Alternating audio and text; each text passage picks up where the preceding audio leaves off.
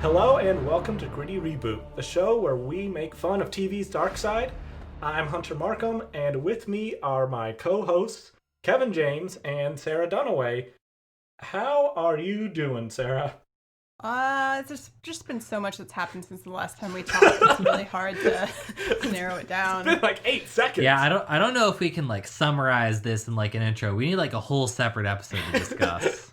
Yeah, so what we do here is we talk about horror TV shows and make fun of them, watch them, enjoy them, hopefully, or else we go crazy and pull the plug, which we did recently with the CW's Riverdale. So now we have watched episode 1 of our new show, and Kevin, could you tell us a little bit about this show?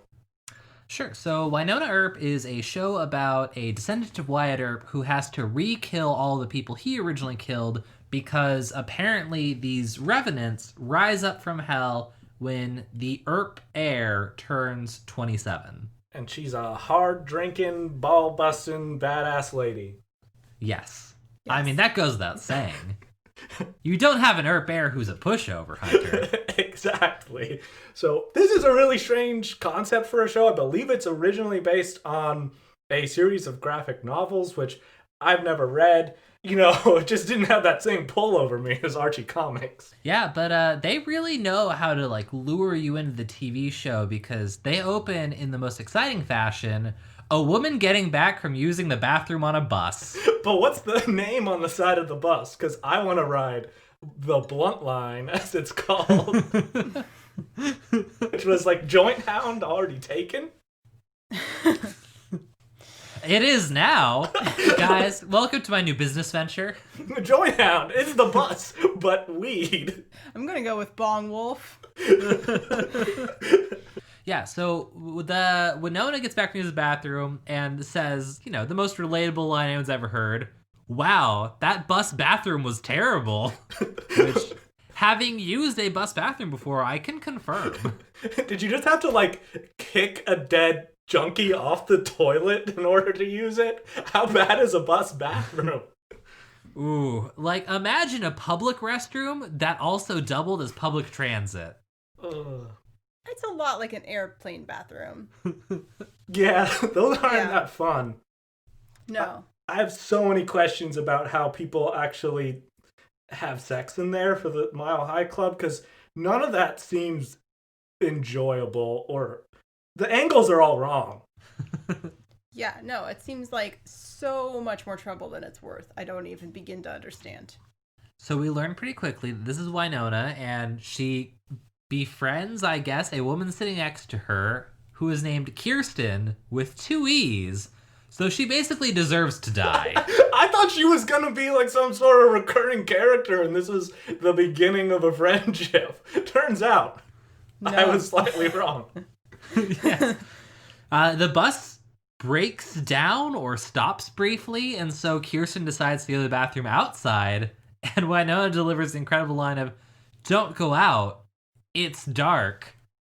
And Kirsten says, "Pretty and smart, we'll get along great." I turned to Sarah, I was like, was that sarcasm? I think it was written that way, but I don't think the actress delivered it as sarcasm when she should have.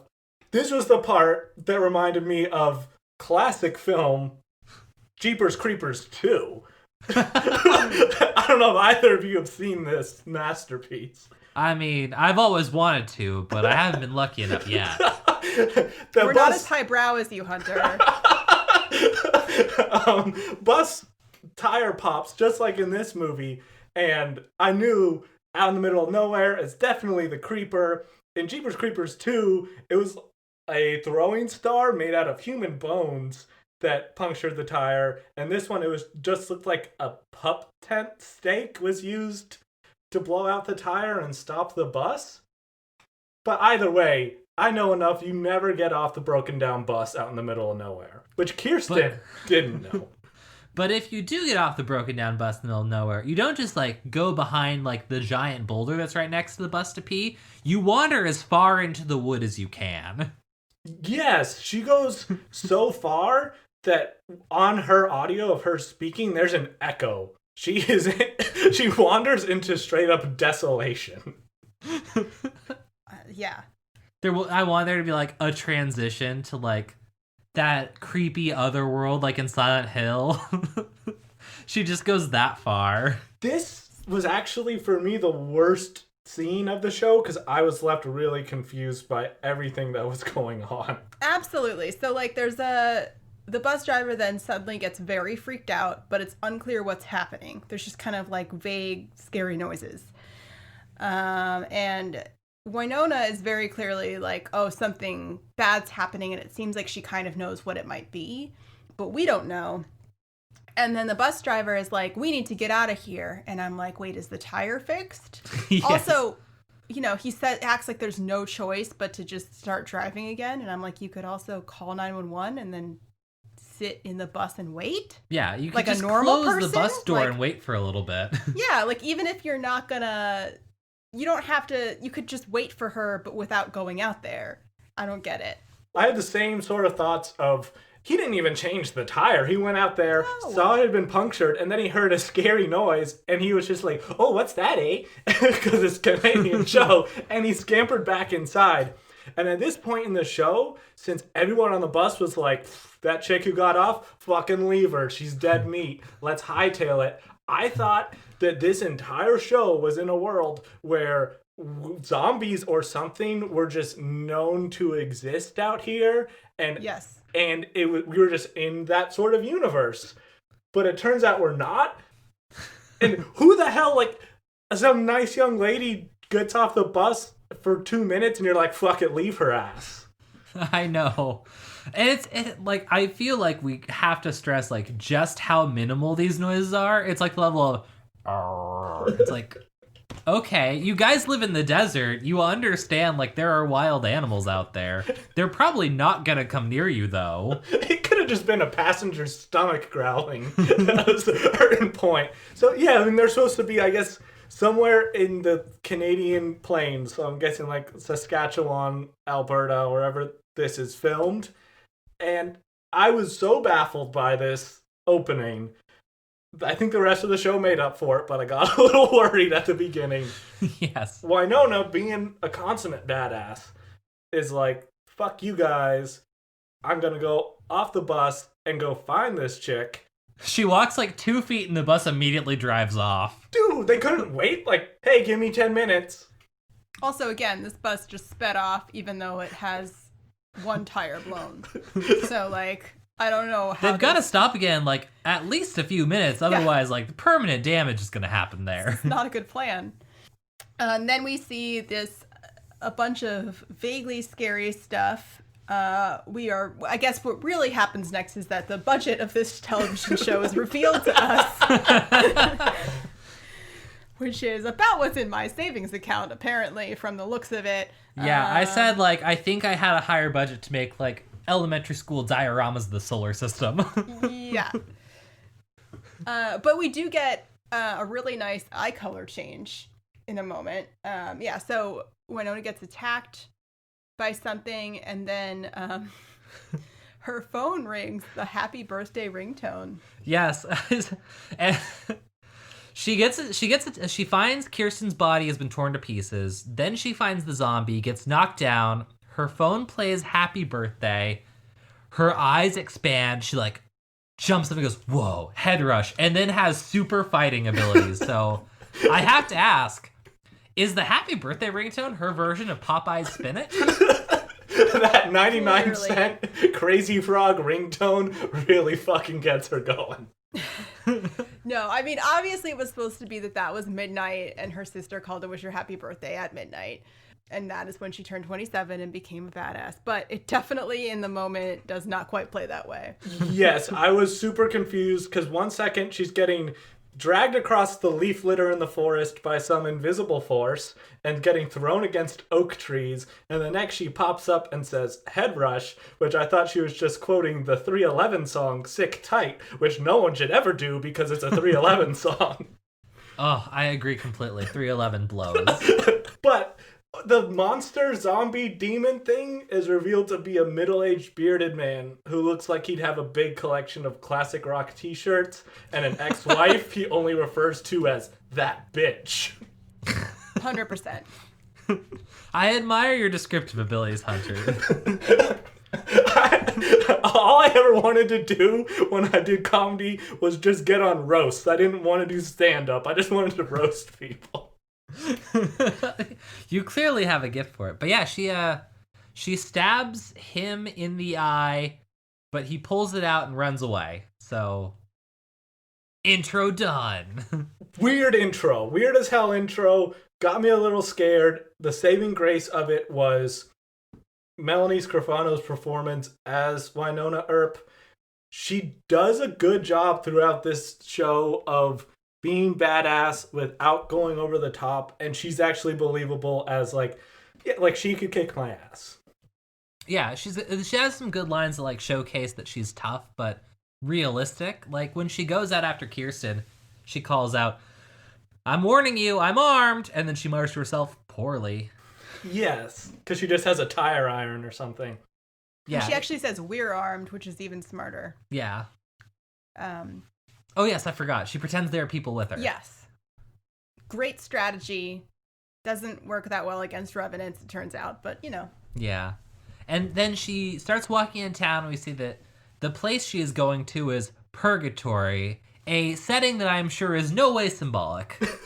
Absolutely not. My note was at first, well, Purgatory that's an over-the-top name for a town, and then I remembered, okay, Wyatt Earp was in a town called Tombstone, and so in real life, it was just as bad. So this is fitting for that tone, and as someone who's been to Tombstone, Purgatory looks a lot nicer. Yeah, it's actually beautifully shot at some points. Like at the end of the episode, it's like, wow, it looks like you're filming this with like a camera to like make a tourism video. Like, visit the Great Plains of Alberta. See the gently waving fields of wheat. All the way from Regina to Kamloops, nothing but the beautiful Canadian countryside. I think next we cut to the funeral, right? No, first she calls in the death on her phone, and then as soon as they ask for her name, the authorities ask her name, she breaks her SIM card, tosses her cell phone away. It's like, nope, not dealing with that. So you know she's a badass who has no regard for the law and is also possibly wanted. Yes. Yes.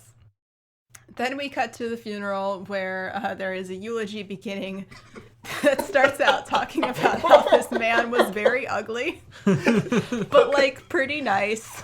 Yeah, I believe the worst line is, Curtis was not a handsome man, which is her uncle. And I was just like, where are they gonna go? He wasn't real smart either. He also wasn't charismatic, kind, or interesting.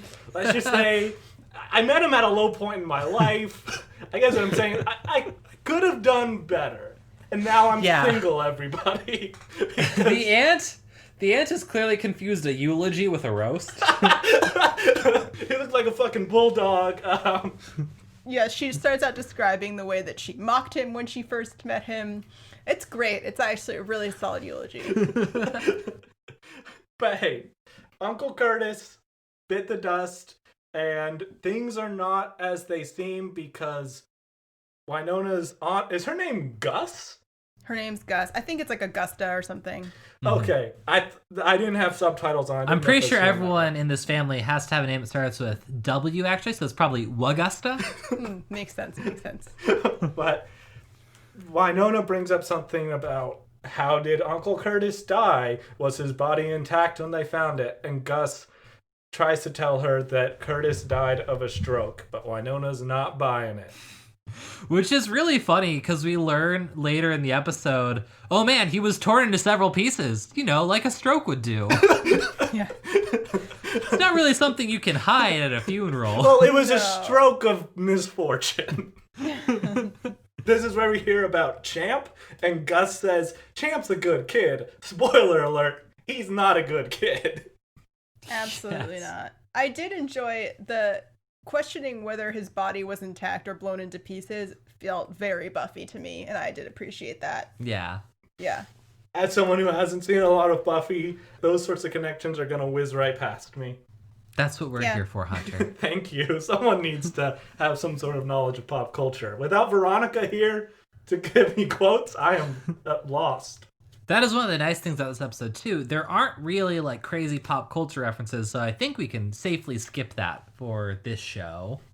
You know, a nice break. And I'm also fairly confident we won't actually have cringiest line departments so far.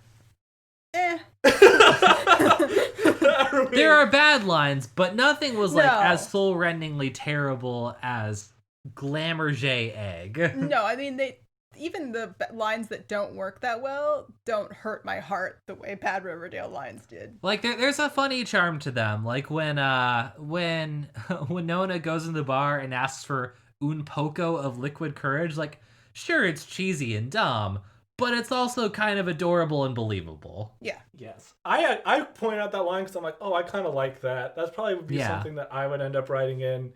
I believe after the funeral scene, we cut to the authorities finding Kirsten's dead-ass body in the woods, and this is where we meet... What is his... I almost said special investigator because of the fucking Practical Magic episode, but he's... Deputy Marshal Dolls. You're the person who knows everyone's rank, Kevin. I'm extremely hierarchical, people.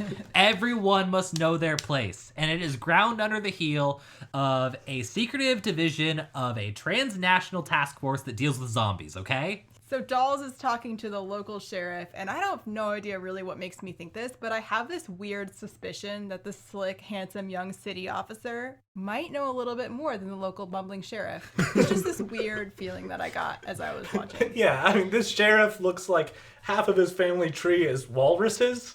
That's another point for describing the people on the show. Meanwhile, not that there's anything wrong with being a walrus American.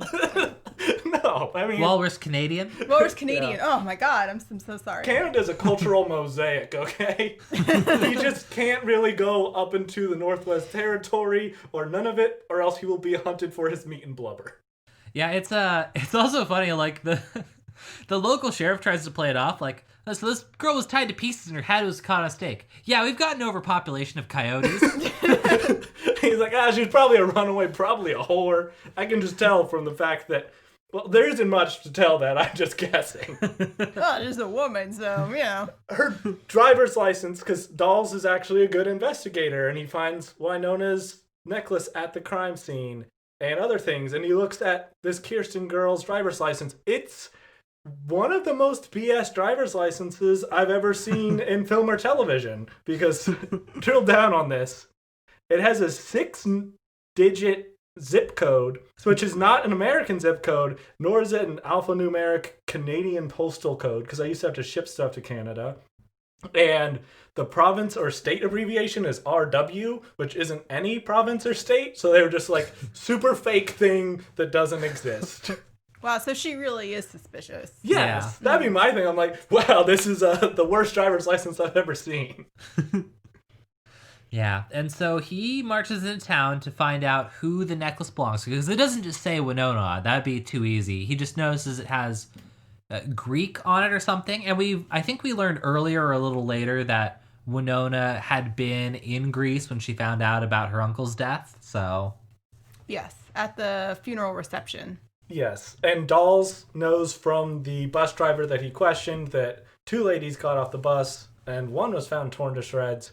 So I guess he's just following a description of this lady was kind of badass and she had really cool boots on, which I cannot stress enough. Throughout this episode, Wynonna's just wearing really cool boots. How would you describe the second Pastor Goth buff? Ooh, tough but no nonsense, probably with a troubled past. I imagine she had some brush-ups with the law. Definitely seemed like leading lady type of material, especially given her leather jacket with the fringe. I just have a note in here. I just scrolled down that is, I want her boots. So we cut back to Wynonna as she goes into Shorty's, and Shorty runs the bar, and he looks like a guy who knows when to hold them and when to fold them. He likes guitars, Cadillacs, and hillbilly music, which, God, neither of you guys are going to get that reference. Nope. No. So they have a brief conversation, and then where he clearly knows Wynonna, knows she's back in town, and then another guy walks up to Wynonna, and it's really like curious whether we're supposed to like him or not, because he immediately calls her ancestor a whore and then refers to her as a pair of tits. So strong start. He says something very likable character right off the bat. He says something like, "Didn't Wyatt Earp marry a whore?" And Wynonna's like, "Actress." So my note is just, who is this slack-lipped, soft-chinned, bell-tolling village idiot? Which is my description for this complete douchebag who just starts insulting her. But on rewatch, there's actually some like foreshadowing in this scene, which I didn't notice, where Wynonna thinks this guy is a local. And we find out later that all of the revenants that come back can't leave the town of Purgatory. And he says something to her of like, "Oh, you're back? I wish I could leave," which sets up later when we find out he's super crazy evil. So, Yep. I didn't get that the first time. Nope, me neither. That's what we mean when we say, like, this show does seem better written. They do this thing called foreshadowing and characters having motivations. And then we meet Champ, who is tragically misnamed. Oof. Yeah. How would you describe this guy? Chinless. Okay, I just, the hair was very confusing to me. So much so that I initially was like, oh, like I didn't know how this person identified. He looks like every douche who listens to pop country songs, like that goddamn Buy Me a Boat song. Is that another thing you guys aren't gonna get? I understand, like, bro country. If you make references to Florida Georgia Line, I will understand and hate myself for it. This is Chris Jansen, who's pretty much the Florida Georgia Line, but under a different name. And he sings songs about buying boats and trucks. Wow. I feel like you've blown my understanding of country music wide open. Revolutionary stuff. But this guy and him being a total douche and pretty much hitting on Wynonna from the second we see her made me realize something very important. This small bit part, this little role of just guy who's hot but is a complete dildo, is the role that KJ Apa was born for. Yes. He's not leading actor quality. He needs to just be in this sort of role of Champ, who we see for maybe 3 minutes in this show. Yeah. And so he tries to hit on Wynonna. She offers to take him home. I can't remember what he said, but she says, "You didn't pay me a second glance in high school." And he says, "Well, you were kind of a freak, so, ooh, buddy.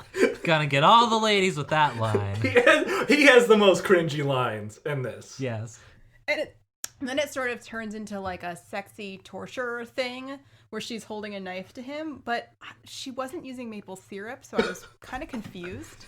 I don't know what was going on. Yeah, they're upstairs in his apartment over the bar, and the whole scene where she comes in, like, she's using her hotness to distract him, but also his head is just fully tilted down like it's been filled with cement, and he's just staring at her rack. So it's really apparent how much of a complete ass he is, and if it wasn't from that, he uses the words to describe her of, "You're mad hot," which is so... There's no way any woman's going to be turned on when they hear that kind of line. That's the best you can come up with. So this is a reference neither of you will get, but when I was in high school, there was like a local high school band from my school who put out a song that was just like a list of all the cutest girls in like the grades they were in and the things they wanted to do to those girls or have those girls do to them. Gross. Yeah, really sexist, really dumb. But so it was like that same energy. That was Champ's performance. I want to hear this song just because I like to cringe. Maybe someday I can find it. The one I remember is my lab partner was in it for chemistry class. It was the line, "Kelly Campoli really wants to blow me." And she's like, "No, I really don't." Oh, I thought it was going to be something like, "Kelly Campoli, we really have some chemistry." Well, I didn't write the song, Hunter. I don't think they were in the chemistry class. All right. I'm trying to class it up over here when they seem like more of the Larry the Cable Guy of music. Yeah. Which, let's just imagine if Champ was played by Larry the Cable Guy. How would that have affected this scene? He'd be only slightly grosser than he is now. Yeah, we affected very little. Get her done! Oh, you're looking hot, Wynonna!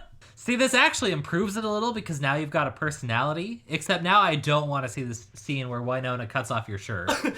Yes. Oh, did you guys notice how obviously fake her switchblade is when she's holding it up to his throat and trying to get information on how Curtis died? Yes. I think she, does what should be, a vein opening slash at some point and just, flips back at her. Yes. It's clearly a rubber knife, and they didn't hide it that well, but I guess they didn't want her playing around with a real blade as she, holds it over this dude's eye and is trying to find out how her uncle died. And he doesn't help at all. He's just like, I heard screaming and I ran away. Happened on your land, you figure it out. And then Yeah. I think this is where we get introduced to what I'm going to say is so far the worst actress on the show. Oh, Wow. That was a gasp of hatred. Yeah, so Waverly comes in and she... With a shotgun. Yes. And it turns out she's dating Champ, so this guy is awesome. I have so many questions about why Waverly wasn't at the funeral. That was weird. And Wynonna says, wow, you grew out your... And then switches to hair. I don't think people say you grew out your breasts. Oh, is that what it's supposed to be? I was like, why did she Yeah. pause before she said hair? That was the only thing I could figure that would fit and make some kind of sense. She sort of does a gesture indicating that. I mean, I can totally see as a sister coming home and being like, oh my God, you have boobs now.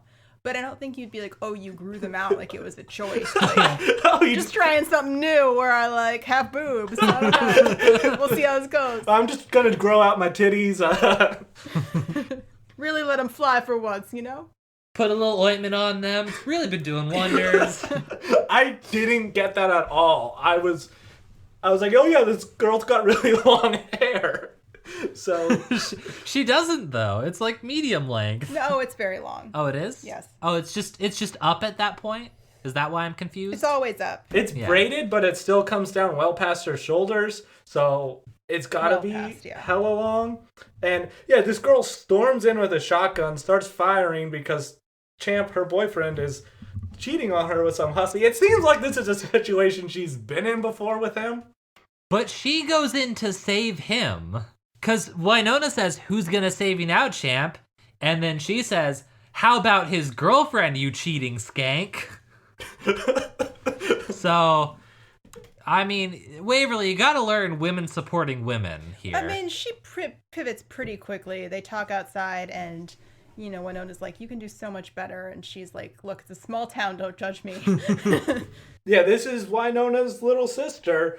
And the first time we see her, she's blowing holes in the wall with a shotgun and dating a douche. So maybe I had something against her from the start where I'm like, I don't know how I feel about this character. Wow. So it's funny because I, at one point, wrote the note, tag yourself. I'm obviously Waverly, never wearing her hair down, doing that research, making those murder boards. God damn it. Well, Kevin, that means you're the champ of this show. Oof, that hurts, but it's probably true. I mean, you don't have the hair gel right now, but you could do it in a second. We're going to have to get some rubber knives for the future. Our wedding night will be so special. Shotgun wedding. Yeah. This is, I think, where we cut back to... The Revenants. We meet the first three. One of them is like a zombie pirate. He has an eye patch. Love that energy. Isn't that the Yes. guy she stabbed his eye out with the tire iron in the opening? Mhm, Yes. And he immediately has an eye patch that looks as old as time itself. It's worn to hell. And As if it was grown onto his face. It's like the size of a flank steak. It's huge. It's the biggest eye Enormous. patch I've ever seen. It's just a giant Yes. disc of rawhide with frayed edges. And he is the leader. He's got 2 flunkies, one of whom looks like he's like a Hells Angels biker, and the other of whom is, I want to say like Carl or something equally lame. Yes, it's Carl. He's the slack-lipped, bell-tolling village idiot who called Wynonna's ancestor a whore in the previous scene. Yeah, and so I'm just going to call him Zombie Pirate now. He's like, I heard you reminded Wynonna that there's a curse on her family, so I'm going to pull your tongue out. And Carl's like, aw, shucks, that makes sense. Yeah, he just kind of stands there as this guy rips his Laffy Taffy bad special effects tongue out. I would think they'd be struggling. That's how tongues work, right? You just kind of pull at it a little and they make a little popping noise. Yeah, and then you have to stomp on them so they don't start a fire. That was all very odd, but this was the part where I think the show has a lot of cheesy elements. This was originally aired on the Sci-Fi Channel, which, as everyone knows, doesn't have a lot of subtlety and will lean into absurdism from time to time. And I think they didn't even have the budget to like maintain the actual name Sci-Fi. They had to switch to a knockoff name with Y's. But this show is a lot better than what I expected from the Sci-Fi Channel. Mm-hmm. Yeah, I mean, this was a cheesy moment for sure, but not in a way that was at all like show ruining or episode ruining or really, I mean, it was just amusing. Yeah. It didn't really bother me. Yeah. We get this bit of information that the Revenants are trying to get something from Wynonna, and they lured her back to town by murdering Curtis, her uncle. So this is all a big setup to get her back to Purgatory so that all hell can break loose, which... This raised some serious questions for me, though, because we learn later that they only rise when the Earp heir turns 27. But as we know, she turned 27 in this episode, and they've been active for months. So were some of them still hanging around from the last time an Earp heir turned 27, just kind of chilling out? Well, there's an implied gap in time, right? Because Wynonna's dad died when she was a kid. Is that right? I think yes. so. And then her older sister was also killed in that same incident. So I guess maybe because there was no one around to kill them, they stuck around. I don't know. I don't know either. It seems like they've only been getting active recently, though, because Dolls has that thing, like, it's been increasing in the past few months. Maybe I don't know. Maybe they're ramping up. I don't know. Maybe they have a lead time up until the heir turns 27. Like there's a 6-month window where they start crawling out of the abyss of hell. I gotta say, I'm just disappointed that Demon Outlaws don't stick to the terms of their contract. Yeah. Maybe they kind of like hibernate. They're dormant for a while. I don't know. I can't explain it. It's a long Canadian winter. They just bed down like bears. And Dolls had said something in the scene where he was at Kirsten's body about how there'd been 3 other dead girls in the past 6 months. So I'm guessing it just came time for them to start making trouble. But this is where Wynonna meets Dolls out on the street as she's talking to Waverly. And as soon as a black man walks close to her, her response is to spin and put a switchblade up to his neck. Alberta is the Texas of Canada. I mean, just by him being there, he probably drastically shifts the racial senses. They have a conversation. He kind of reveals some of what he knows, feels her out. She's having none of it. We get to see them both be, like, pretty clever and, like, figuring things out about each other because Wynonna's like, your badge isn't one I've ever seen. Why is it black? He's like, oh, it's a special division. Yeah. Yes.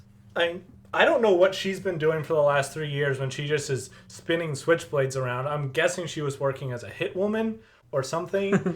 But she believably sells being kind of badass, and as she's being questioned by him, she's sipping whiskey out of a teacup. I know. Great Love character choice. Just like this delicate, like, floral teacup filled with whiskey. It's beautiful. I mean, there's parts in this scene where some of the direction and line delivery could have been better when she's like, I'm 26 years old. No, 27, which was not my favorite line. Mm-hmm. But overall, the shot selection in this scene and the angles they took were good, and her performance is pretty solid. And I think this is something where hopefully in the next few episodes, she finds the character more and more. Yeah, it seems like she's got a stronger bead on her character than a lot of the others do, though. Like, I don't think Dolls really knows the actor who plays Dolls. I don't feel like he really knows that character is yet, outside of generic lawman. Yeah, there was so this was the part that had a lot of Orphan Black parallels for me, because in the first few episodes of Orphan Black, we're introduced to a character with a criminal past, and there is a police officer who was the partner of one of the clones, but he thinks she's the partner because clones. And so they have this really weird, tenuous thing where, you know, he's really serious and wants to get stuff done, but you kind of feel like maybe you can trust him, and they're both feeling each other out. And this had a lot of that energy. But those characters were much better formed, honestly, in Orphan Black from episode 1. Yeah. Dolls is not real good with respecting Wynonna's personal bubble throughout this episode. And I'm guessing they're trying to set up some sexual tension, but he just kind of looms a little bit over her, and some scenes, Oh yes, I have a note here. That far. note is I have a note here about their constant infringing on each other's personal space. That note is kiss. Oh yeah, this was a complete when they gonna fuck moment. Feels inevitable. Yes, my other note here is I think after Dolls leaves, Waverly walks in. I believe she is being set up to be the Cheryl, the Madeleine Pesch of this series, because I think Waverly's ass is officially its own character on the show from episode 1, from how they shoot her across several scenes. Look, some people just have really good butts, Hunter, and Hey, can't help it. As one of those people, believe me, I understand. And then this is the scene. I feel like she's way more set up to be like the Jughead Betty, because she's got the murder board. Yes. Yeah. Fair and enough. then this is the scene where we officially learn about, like, the Revenants killing Wynonna's dad and older sister Willow, right? Yes, well, Wynonna's the one who kills her older sister. I thought... No, Wynonna kills her dad. Oh, but then someone accidentally shoots the sister. No, the sister just gets pulled out the window. Someone accidentally shoots the dad. Oh. Yeah. Which, the someone is Wynonna. Yes. Gotcha. There's all these flashbacks to when the Revenants were besieging the Earp homestead, and much like my memories, they're all sepia-toned. Yes. And we get this great throwaway line of, there's 7 of them, which it took me a while to realize, oh, because, like, the Old West-style gun that's only going to kill them has 6 chambers. That could have been...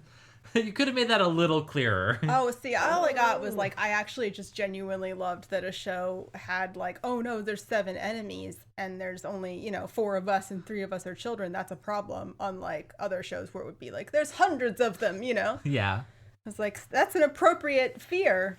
I was trying to figure out the age 27 thing. Maybe I need to go back in my Earp knowledge, and I don't know if that's when he first became a marshal or had the shootout at the OK Corral, but I started thinking of 27 in terms of the 27 Club with Jim Morrison and Kurt Cobain and Janis Joplin, where all these people died at 27, and I didn't know if that was a reference to it, like 27's this important number or age to turn as an Earp.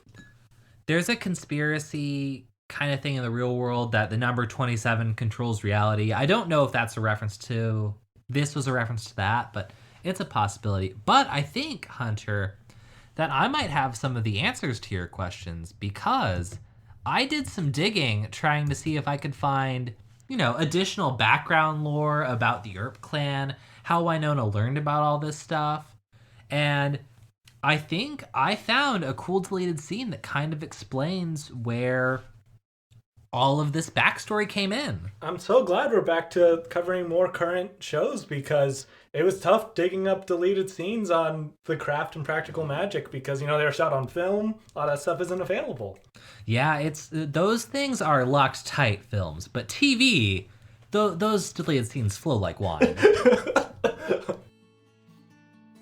Well, Wynonna, it's bedtime, and you know what that means. Story time! Will you tell me a story about our great-grandpappy Wyatt? Sure, why not? So, Wyatt was the rootinest, tootinest, toughest lawman in the Wild West. What's a lawman? He was a cop. Ugh, that's horrible. All cops are bad, Daddy. Dang, I knew it was a mistake to let you on Twitter. He wasn't a cop. He was a demon hunter. Yeah, that's it. Whoa, really? Yes, being a cop was just his cover. In reality, he was shooting demons with a 10-inch pistol that had magical runes carved into it. Whoa, but demons are strong. What did he do when his gun wasn't loaded? Well, got super strength. From what? Gosh, I guess it was from... The happy birthday song! Sure, whatever makes you happy. The happy birthday song gave him super strength every time he cranked out the tune on his little music box. Was the music box given to him by his true love, a princess in a faraway land? Well, she was really more of an actress, yeah. She was an actress. Wow, I had a pretty cool great-grandpappy and grandmammy. Yeah, you sure did, sweetie. Sure did. Yeah, I feel like that really opens up the world. So this explains why, as soon as Wynonna hears happy birthday, she starts doing flips and spin kicks and shit. Yeah, who knew that her dad just kind of lying to her about that stuff to make her happy would actually have a magical effect down the line. Amazing. It's all about how, the stories we tell affect real life. It's a deep metaphor that they're communicating in this show. Absolutely. It's like the sheriff's badge from Practical Magic. Just so many parallels, Okay, Practical Magic is a beautiful film. And It really is. I like to think that because we watched that love story, that's what gave Kevin the last bit of courage he needed to propose to you. Aww. Yeah, he needed a lot of it. So Un poco courage,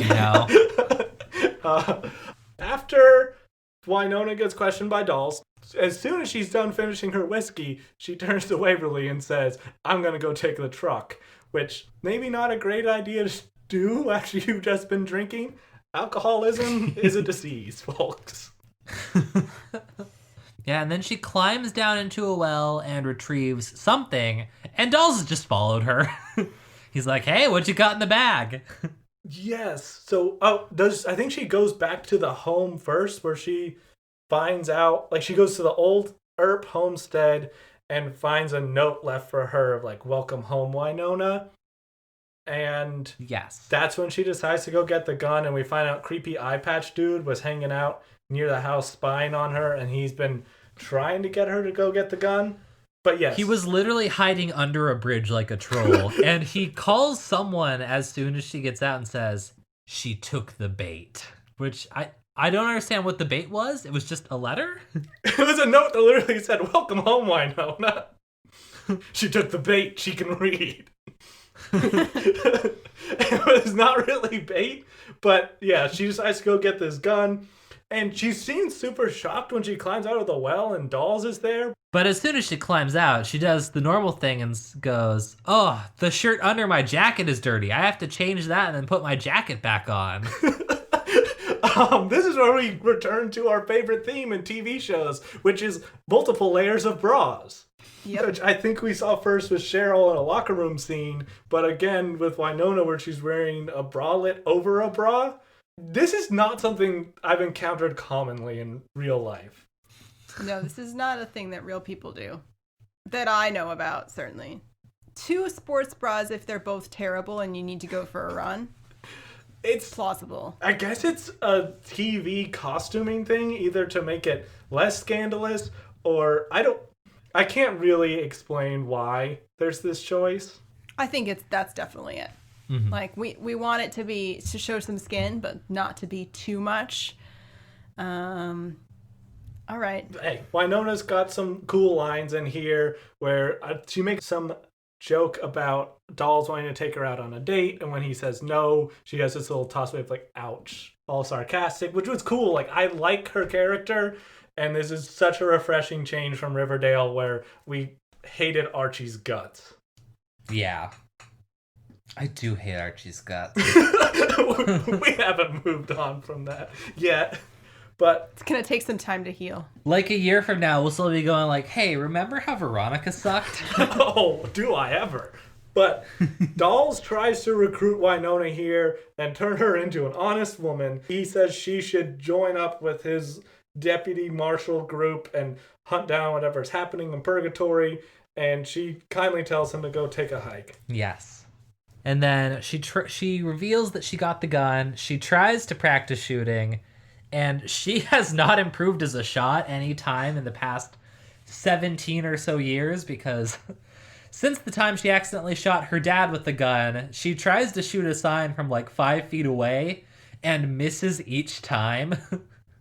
I'm gonna go this is an issue with the gun at this point because it's been sitting at the bottom of a well for God knows how long, so I'm sure it needs to be cleaned and taken care of.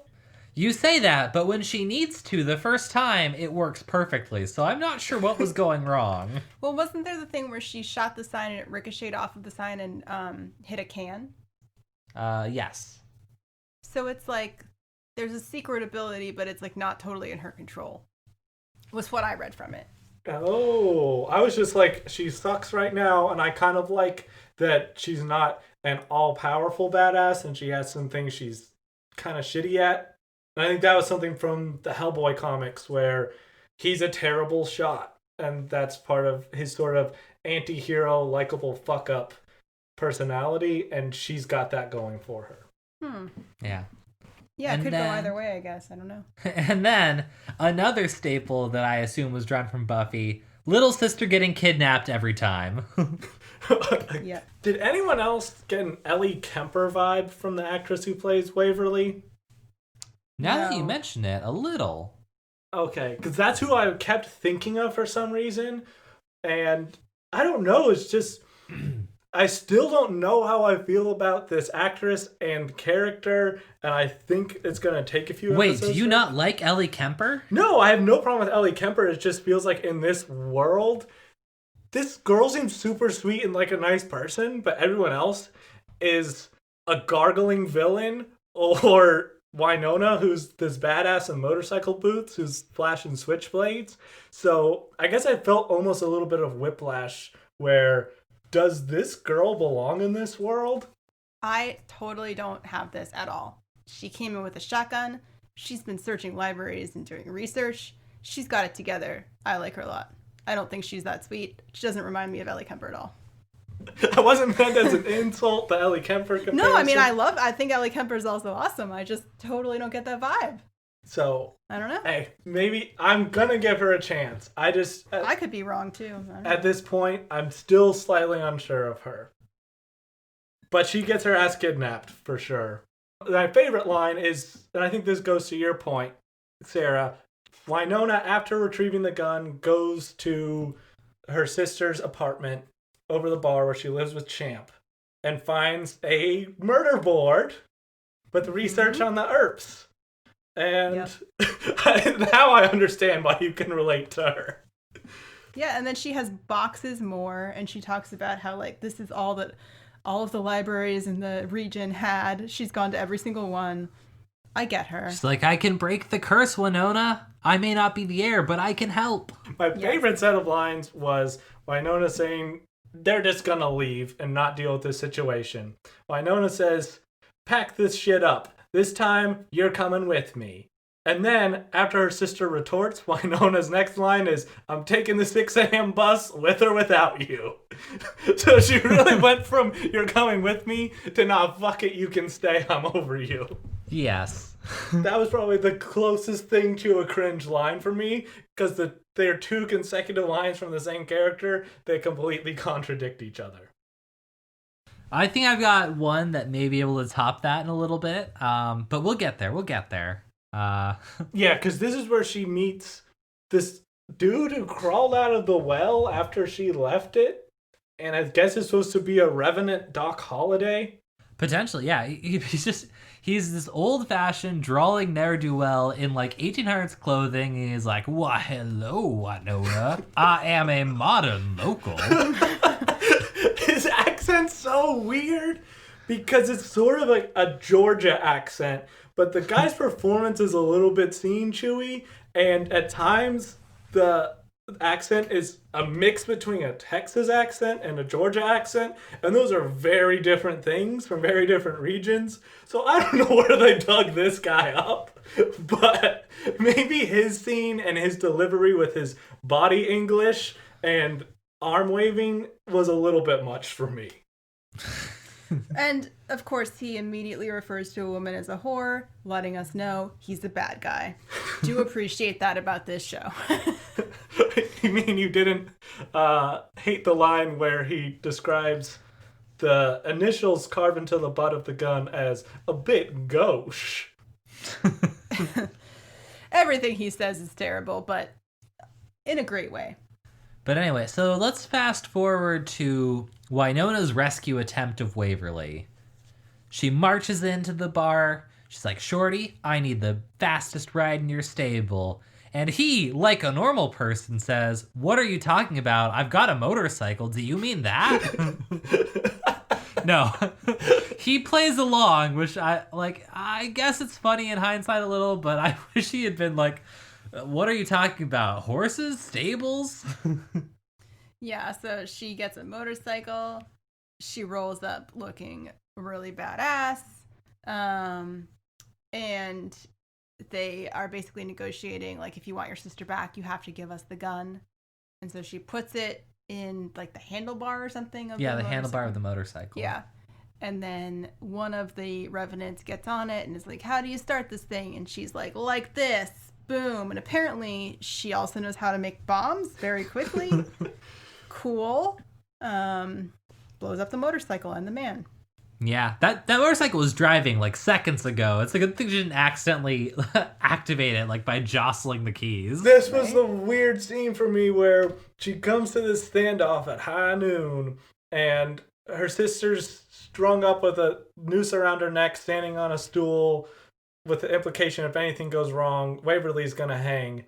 And I don't know why Wynonna's plan is rig my motorcycle with C4 in the hopes that one of them gets on it and then blow it up while my special magic gun is on the handlebars, because the gun gets thrown to Kingdom Come, which is it indestructible as a gun? Is it that magic? I don't know, but maybe. None of this scene made any sense, but I loved it. I mean, it looked great. Yeah. I don't very understand cool. the logic behind it, but it No. looked cool. No idea what the logic was, but it did look amazing. Yes, because the guy who got his tongue ripped out, Carl, is there, and he's got like blood coming from his mouth, so he looks like he's in the band Gorgoroth. He comes at her first after she blows up Motorcycle Dude, and she just kind of tosses him into the bushes, just like throws him aside. And I guess for the rest of this scene, as she's confronting Eye Patch Guy, this tongueless guy's laying in the shrubbery doing Sudoku. My assumption is that Carl's like a turtle. Like, "Oh no, I've fallen, can't get up. I'm on my back. How does it work?" He's like a turtle. Yes. I was very confused by that, and throughout most of the scene, I was like, that guy's not dead. Where is he? But then we wouldn't have the cool parts where Wynonna starts using the magic gun, which was conveniently tossed from the explosion to like 10 feet from her. Just as she planned. But yeah, so she and the main villain, Eye Patch Pirate, they point their guns at each other, and I just love the naturalistic dialogue of this scene. "True, you may have the one gun that could put me back in hell." Okay, yeah. Taken in abstract, that's a bad line. And then she says, "No one shoots my family but me," and points the gun at Waverly, and they do a thing where they show us the barrel of the gun to show that she's actually going to shoot above Waverly to let her down, which seems very obvious, and I did not need that zoom in, but Yes. okay. The zoom in, that actually was what confused me about her shooting earlier, because now we can see very clearly that it does shoot at what it's pointing at. And so it makes me wonder, like, well, then how was she missing the first time? That's the thing. I don't think she's in full control of it. I think it has a mind of its own. I think that's why she hit the can. Yeah, because she does this thing where she shoots the rope that's holding Waverly, so she gets let down, and the bullet ricochets off a pulley and a windmill, and then shoots the gun out of Eye Patch's hand. So I think you're right, Sarah, where the gun has a mind of its own, and maybe it does its thing. It starts glowing with magic runes on the barrel in this scene, so maybe it just like boots up when there's bad guys around. Yeah, it could be that it's like Revenant specific situations, or maybe it's that like it only responds that way to the air, but once it is in the hands of the air, it kind of does its own thing. I don't know. Yeah, so Yeah. she shoots Eye Patch, and then what can only be described as an orange glowing cat's butthole opens in the ground and sucks him down into hell. Oh, but Love you missed that. his last line. As she shoots him, he goes, "You are the air." And I just want him to follow up with, "You are the sun of a shyness that is criminally vulgar." What is that from? That's from How Soon Is Now. The song in all of the witch movies we've been watching. God, it's that Smith song that I can't remember ever because it just sounds like something between white noise and elevator music to me. Yes. But wow. Yes. And then Carl comes out, and Deputy Dolls just easily shoots him and kills him without being a special heir. So that was nice, I guess. So I think she does later shoot him also. I didn't see that happen. I didn't see that happen, so I think he's not dead and we're going to get more of him. Yes, the first time I watched this, I said, oh, Dolls picked this guy off from far away, because in the next shot, Dolls rolls up in an SUV and pops out with his pistol drawn. And then at the end of the episode, they're talking to Southern Guy, and one other demon is like, I heard you were the one who picked off Carl whenever Wynonna was having the shootout. So I was really confused by that. Yeah, I don't understand if he did it or not, especially because Wynonna does react like she did expect backup, and Dolls does arrive super quickly. So it's weird that no one's like, hey, who did that? See, as you can already tell by my not understanding who got shot several times already, this is such a weakness for me because battle scenes just do not hold my interest very well. The explosions were fine and the hanging was suspenseful, but the shooty parts, my brain can't.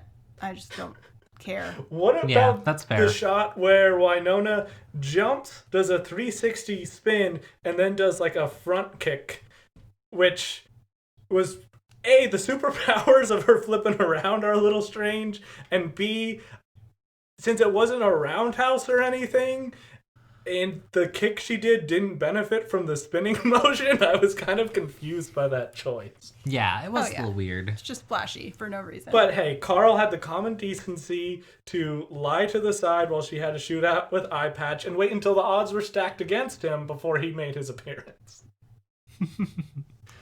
And then Waverly and Wynonna are talking on their porch, and Dolls pulls up, and Waverly is like, what are you going to do with this guy? He does have a great butt. And Wynonna's like, I can't refute that. That's a really good point. So she... And I get that. Already very much shipping. Yeah. Dolls and Wynonna. Great butts unite. But he gives her a badge and says, you're part of the Black Star Division, or some Black He Badge. blackmails her into it. He's like, I'm going to charge you with murder unless you accept. And I just like... Classic love story. I just like, hey, Practical Magic had a whole murder turn love story thing. So, but for this scene, to put myself in Wynonna's shoes, I just imagined if I was being invited to join the Wu-Tang Clan by RZA, and I just felt a lot of emotion flooding me. So I like to feel like this was a high point for her, even though she's kind of on the fence about working for the law.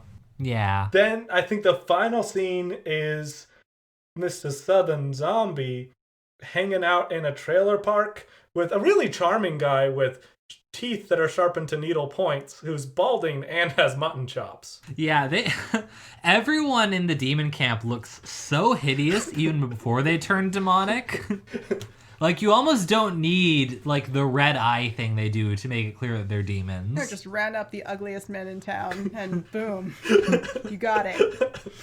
But this is my biggest question about this show, because they're all back. They're talking about being stuck in purgatory, and they're going to kill Wynonna, and this is a war party. But since these demons are all stuck in purgatory, is the show going to be about her stopping them from getting out? Because as it stands now, if they can't leave the city limits, it seems like this is a place where just every person should move out. I know. Yeah, that would make a ton of sense. It would be interesting if later we discover that, like, the residents, like, Wynonna can't leave, for instance. Yes. Yeah, that would up the stakes a bit. Yeah. Especially since her character has been established as, like, loving to travel. So far I'm confused on that part. It seems like the simpler thing than killing 77 demon zombies or 96 quite bitter beans or whatever it is. It's like a fucking CKY song. Enter the 64 chambers, Hunter. So it seems like the easy thing is let's get out of Dodge. But there's got to be a catch, and there's got to be more to this. And at this point, I am willing to trust the writers and creators that they're going to give us compelling reasons to keep watching and cover some of these plot holes. I'm willing to give them benefit of the doubt. Yeah, I think it started strong. I think some of the character work, it's solid but needs expanding. The writing shows like a clearer understanding of character and, dramatic payoff than Riverdale ever had. Now I'm very invested in Waverly being a fully realized character because I was like the dissenting vote on this. I hope it's right. I didn't come down on either side. You kind of did. I did? When? Maybe You not. damned with faint praise, Kevin. You were silent. I am the neutral arbiter here. I don't really feel like I know enough to come down either side. I just said I can see a little bit of Ellie Kemper vibes from her. Play it safe. Yeah. Word of advice, since you're about to be married, always side with the woman. I'm never right if Sarah disagrees with me. Yes. So I think I'd give this episode 4 accidentally shot fathers out of 5. Yeah, I would say this was 4 out of 5 eye patches. Yeah, I'm going to give 5 out of 6 rounds in the chamber. Was it 4 out of 5 eye patch or just one really big eye patch? That's a fair question. I also now feel like I should have said whiskey teacup. Missed opportunity. It's a shame you can't just re-deliver your line and then ask Hunter to edit it. No, it's too late. I know, I liked this show. I liked having a main character that I enjoy for once. And I'm stoked on it because I like Western things and neo-Western stuff's really interesting. So I'm super glad we chose this because I feel like I can relate more to Wynonna than I ever could to any character we encountered in the entire 22 episodes of Riverdale. 100%. Yes, and I know that the one thing I really knew about this show going in, other than the basic premise, was that there's a really good romance in it. So I'm very excited for that. I know little to nothing about this, so I'm just along for the ride. I know that we will be back next week with Season 1, Episode 2, Keep the Home Fires Burning. Wynonna Earp is available on Netflix for streaming, so you can watch along with us on this. Really, I didn't know the show was on streaming. I'd never even heard of it before we decided to jump in. Yeah, Netflix doesn't do the best job advertising some of the shows that wind up on it. Yeah, and I mean, it advertises so many shows that don't deserve it. Yes.